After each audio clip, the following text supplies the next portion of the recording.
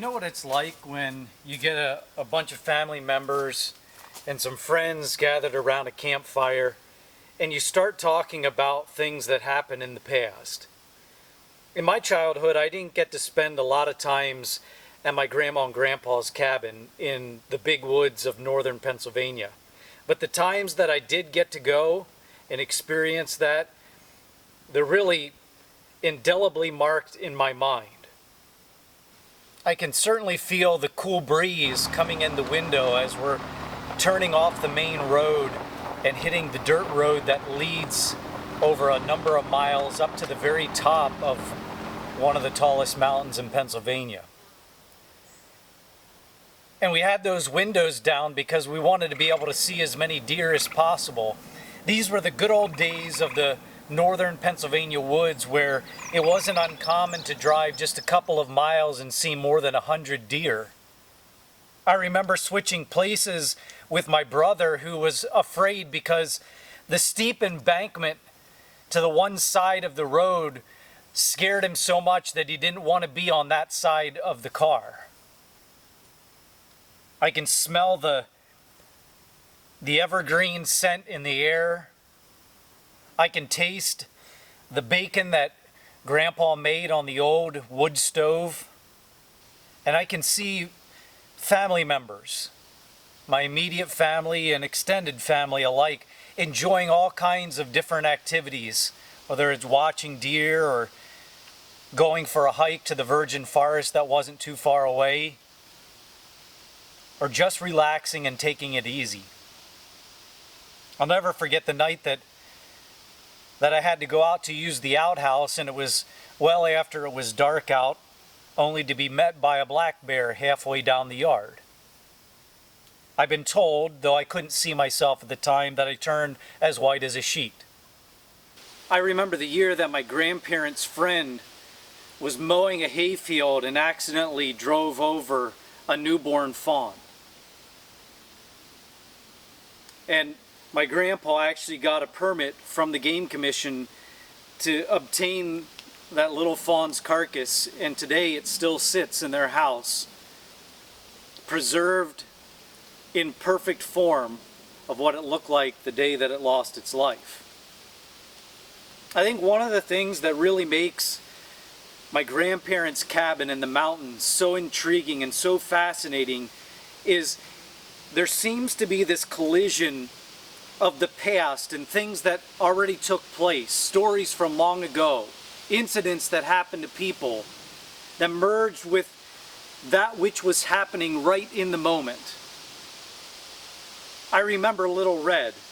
Little Red was a yearling buck, just a spike, but he was so tame that he actually would come up to my grandma and eat out of her hand. He would even let us grandchildren come up to him and pet him.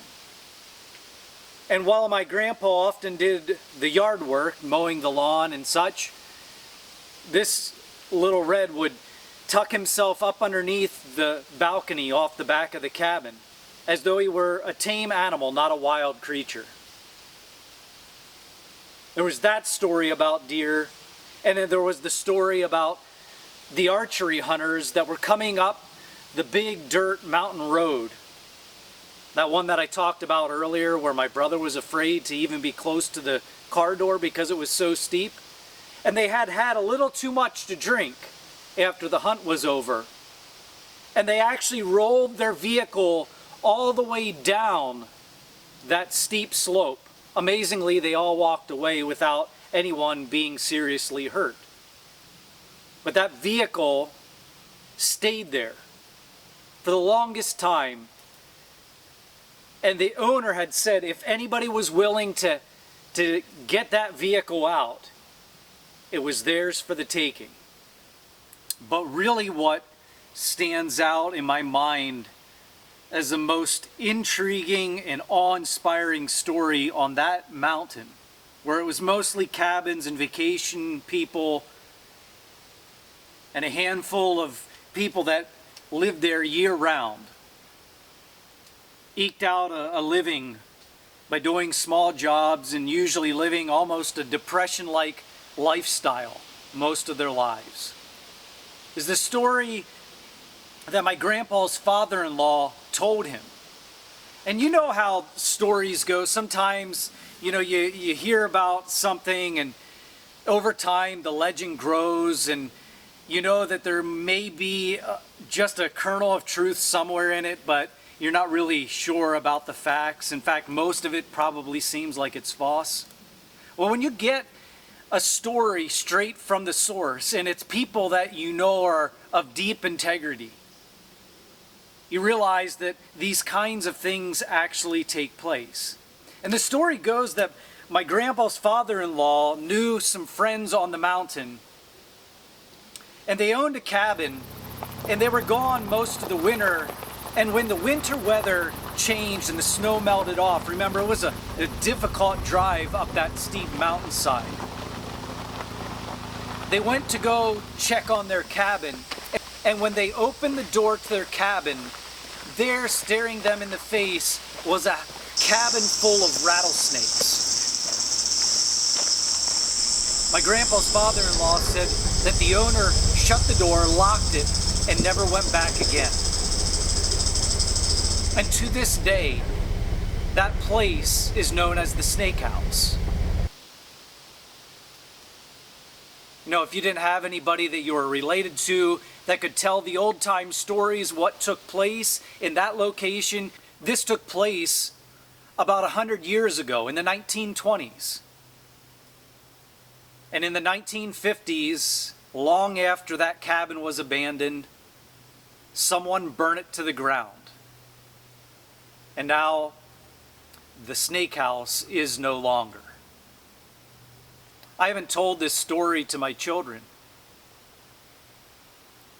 And if I don't, if they never hear about it, there's a good chance that this story never gets passed along, that it disappears forever, that nobody remembers the Snake House. Of course, in the grand scheme of things, that's perhaps not a big deal. But there are some things that if we fail to pass them along to the next generation, they will lead us down a path of perhaps no return. They're vitally important. They're life-giving. They may be the difference between life and death. There's a robust theme found throughout the entire length of the Bible. And it's the theme of remembering. Remembering the law that God has given to us. Remembering God Himself. Remembering specific parts of the law. Making sure that the next generation knows about God and His ways. We see this in the Ten Commandments, where we're reminded to remember the Sabbath day. Don't forget to stop and reflect on God every seventh day. Not that we're not supposed to do it the other days of the week, but to be more intentional, to set aside our drive to produce and to spend real focused time on God and with each other.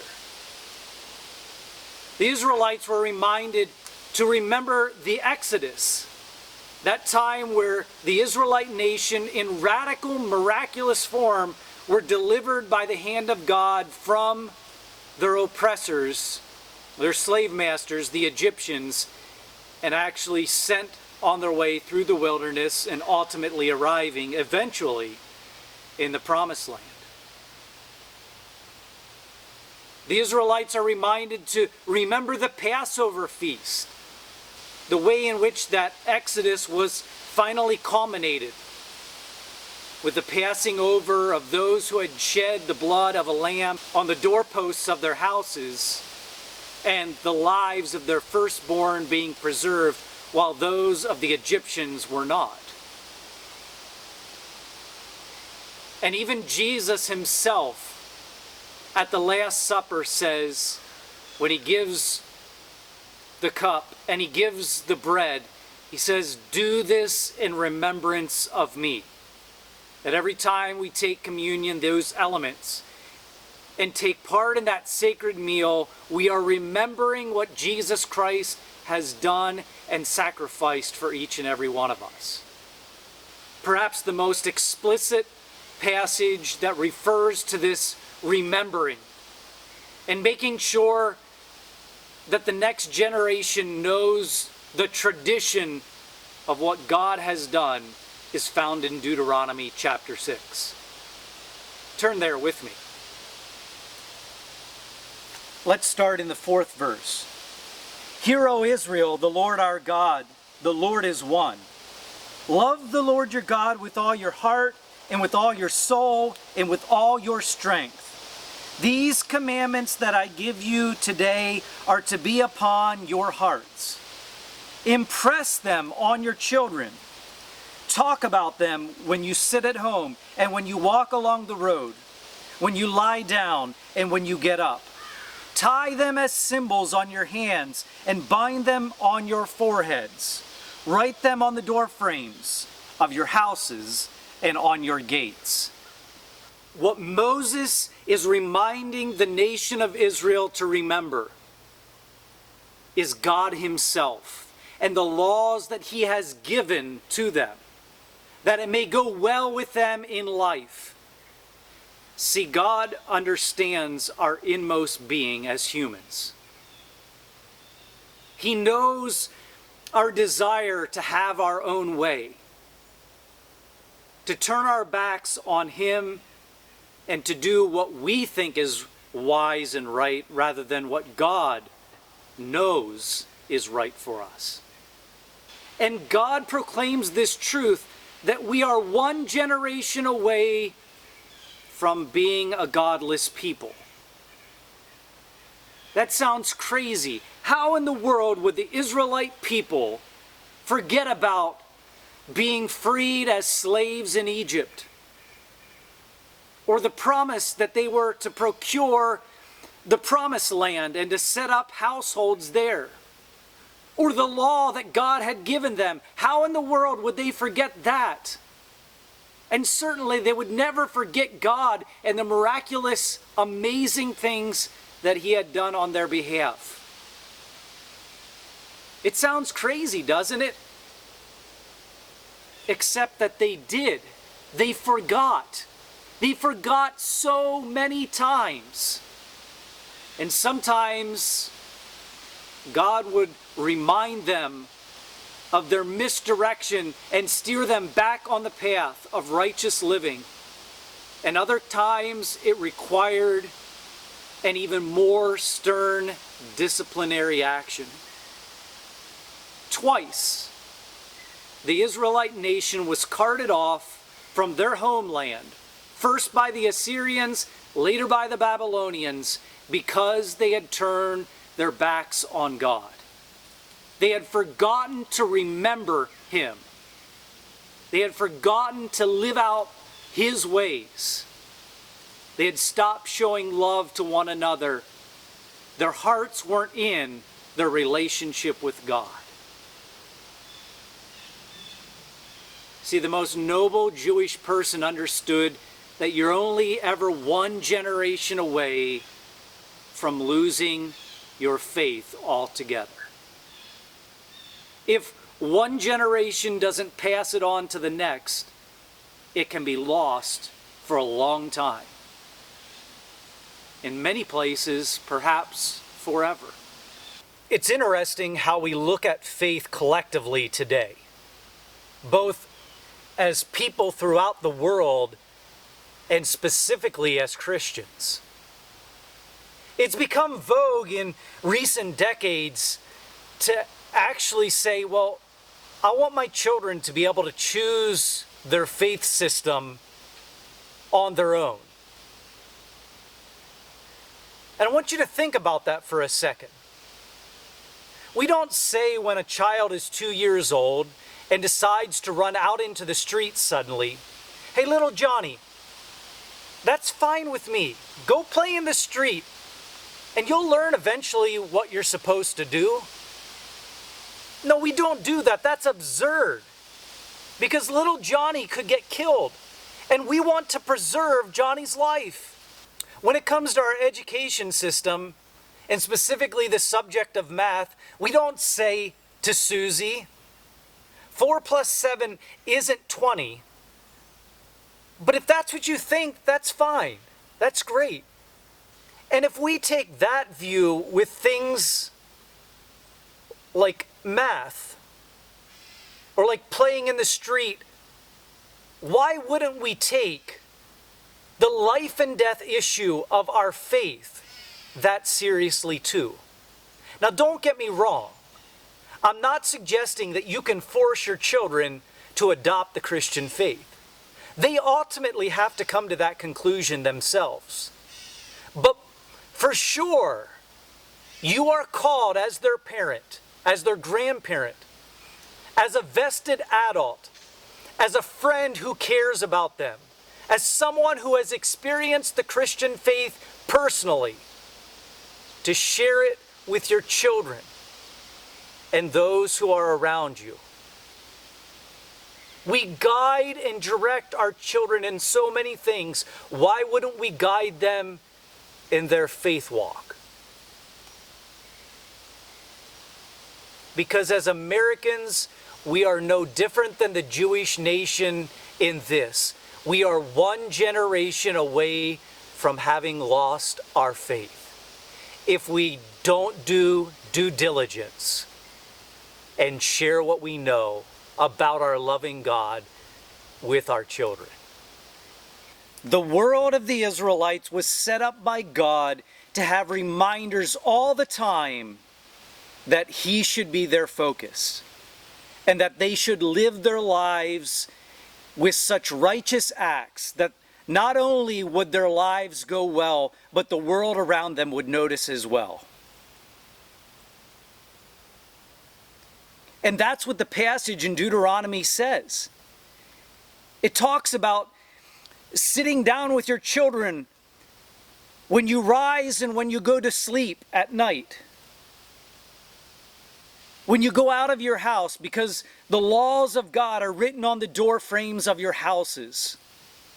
They're found on the gates that keep your courtyard safe, so that when you go on a journey, you take God and His ways with you wherever you go. They were even attached to the person themselves, on their arms and on their foreheads. Little scriptures that were carried with them as a reminder to stay focused on God. The entire Jewish world was set up to remember God. Today it's so easy to go from Sunday to Sunday and not even crack the Bible, not even pause to pray, just to survive, to go about living as though God doesn't even exist. And if that's how we conduct our lives, how would we expect our children to do any differently? Do your children hear you talk about your faith?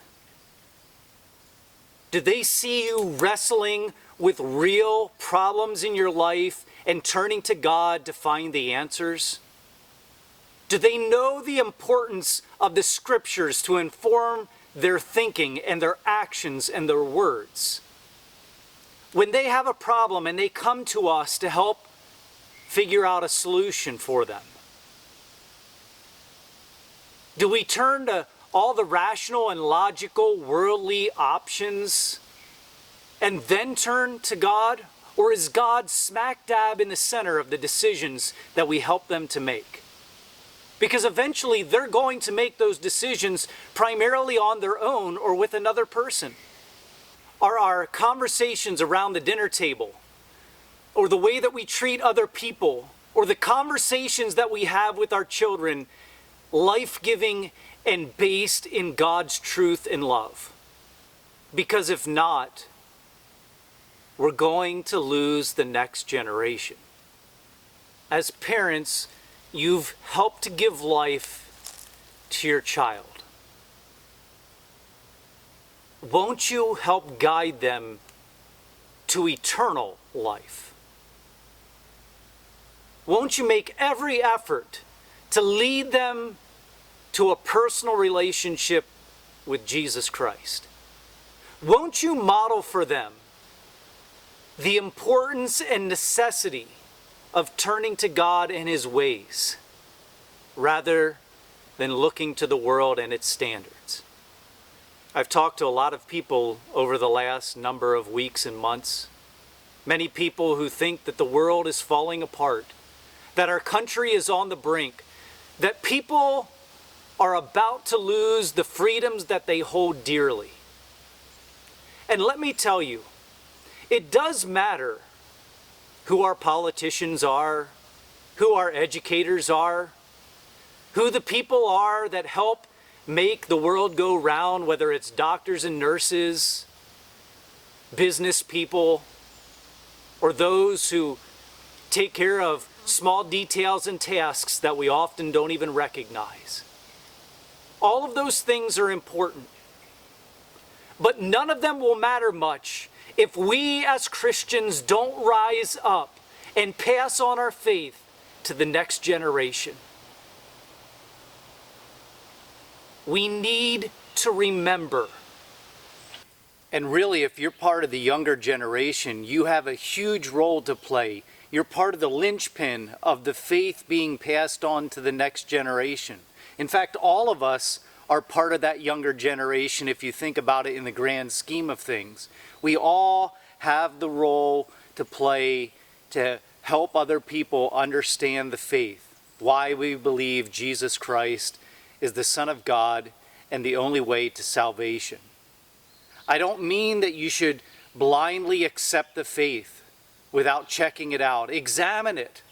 Read the scriptures. Analyze it.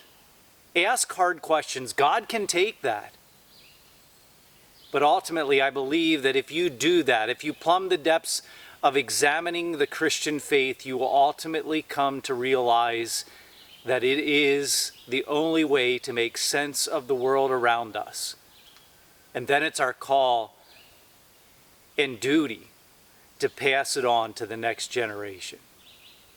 Today you can drive by that piece of property in the big woods of Lycoming County in Pennsylvania where the snake house used to stand. But there's nothing there. All that's left is a memory and what has been shared from one generation to the next. And our faith is much like that, only on a much grander scale. It's literally an issue of life and death. Won't you make a difference in your family tree, not only today, but the rest of your life? That's what you've been tasked to do. May we do it with all of our being. Praise be to God. Amen.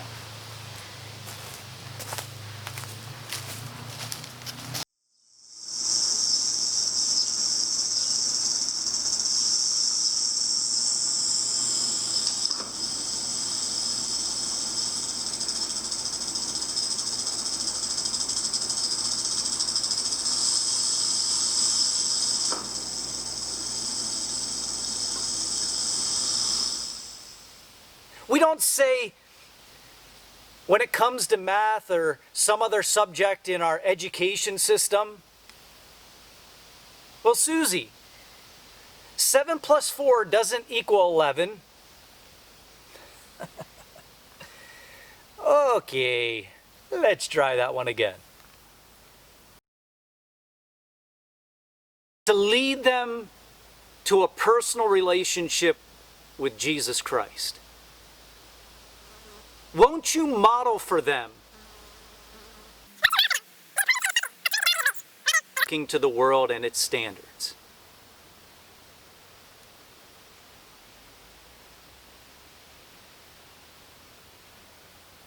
I've talked to